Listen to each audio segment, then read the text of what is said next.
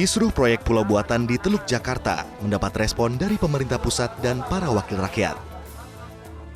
Kementerian Kelautan dan Perikanan serta Komisi 4 DPR sepakat untuk menghentikan proyek reklamasi di Teluk Jakarta.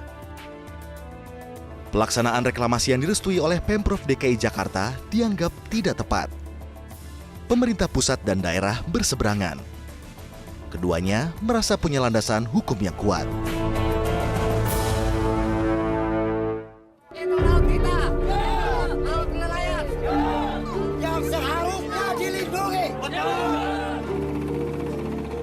Lambannya negara mengambil langkah membuat para nelayan di pesisir utara Jakarta nekat beraksi. Minggu, 17 April, mereka menyegel Pulau D dan Pulau G.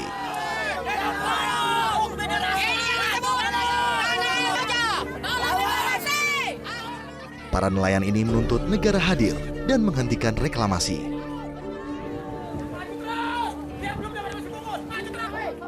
Pada prinsipnya sebenarnya adalah pulau-pulau ini bukanlah diperuntukkan untuk nelayan-nelayan kita Teluk Jakarta, ya. Tidak benar begitu gitu. Karena pulau-pulau ini nantinya ingin diperjualbelikan. Bahkan sekarang sudah diumumkan ya dengan kisaran kalau yang saya dengar tuh sekitar 20 sampai 30 juta per meter persegi begitu ya. Fantastis sekali begitu. Nah, dalam situasi yang seperti itu ya, saya kok melihat pembangunan pulau-pulau reklamasi ini lebih dalam upaya untuk memenangkan kepentingan bisnis properti ketimbang menyelamatkan warga Teluk Jakarta atau Jakarta secara keseluruhan. Di tengah polemik yang terjadi, Kementerian Koordinator Kemaritiman bersama dengan Kementerian Lingkungan Hidup dan Kehutanan menghentikan sementara proyek reklamasi. Moratorium ini untuk menyamakan persepsi regulasi yang tumpang tindih.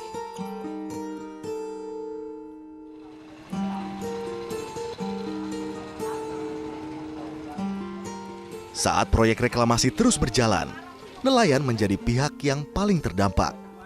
Tim Berkas Kompas bertemu dengan Rastiman Kalur, nelayan tradisional yang tinggal di Muara Angke, Jakarta Utara.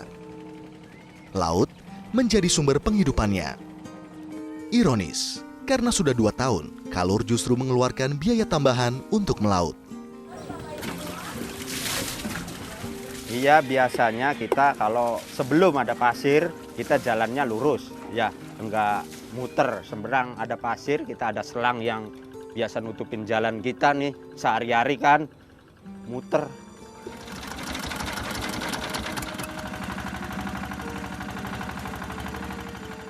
Kerugiannya kita bisa dihitung aja. Biasanya kita keluar dari sini kan menuju sampai kita biasa nabur itu 1 jam, sekarang bisa lebih 1,5 jam. Dihitung aja per hari 1 liter. Proyek itu selesainya berapa tahun loh. Dihitung aja udah, per hari 1 liter, jangan usah banyak-banyak dulu. Proyek reklamasi membuat ruang tangkap ikan berkurang. Saat kami temui, Kalur terpaksa berpuas diri. 6 jam berpeluh, hanya 1 ekor ikan yang ia dapatkan. 15.000 kalau ada pasir, bisa 10.000. Lillahi ta'ala, mbak saya lagi mandi, lagi kemana ini?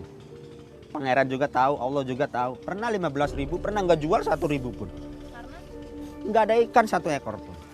Asli pribadi kita nabur orang pancing. Ikan sulit dicari, akibat perairan menjadi keruh. Proyek reklamasi membuat area Teluk Jakarta memiliki tingkat pencemaran yang tinggi. Nah, harusnya kan dicarikan jalan bagaimana agar Teluk Jakarta ini bisa kembali normal. Nah, kalau misalnya reklamasi ini jadi dilakukan, secara logika saja otomatis pasti akan semakin menambah kerusakan, khususnya ekosistem yang ada di wilayah pesisir Teluk Jakarta itu, mangrove, padang lamun, terumbu karang itu pasti akan tidak akan bertahan lagi. Dari sisi dari sisi keanekaragaman hayati juga pasti akan semakin menurun tingkat keanekaragaman hayati ketika itu direklamasi.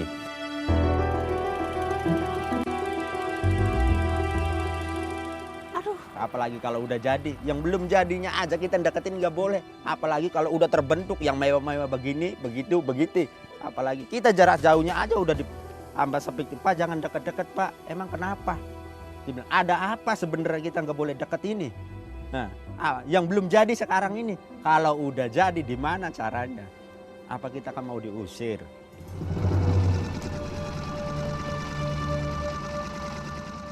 Maka, jangan heran jika nelayan kecil seperti Kalur hanya menganggap proyek reklamasi membuat sulit, merenggut penghidupannya dan membuat himpitan ekonomi makin terasa.